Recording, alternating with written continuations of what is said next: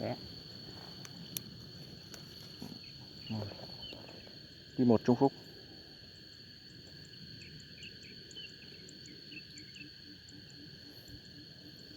Q1 Trung Phúc các bác nhé.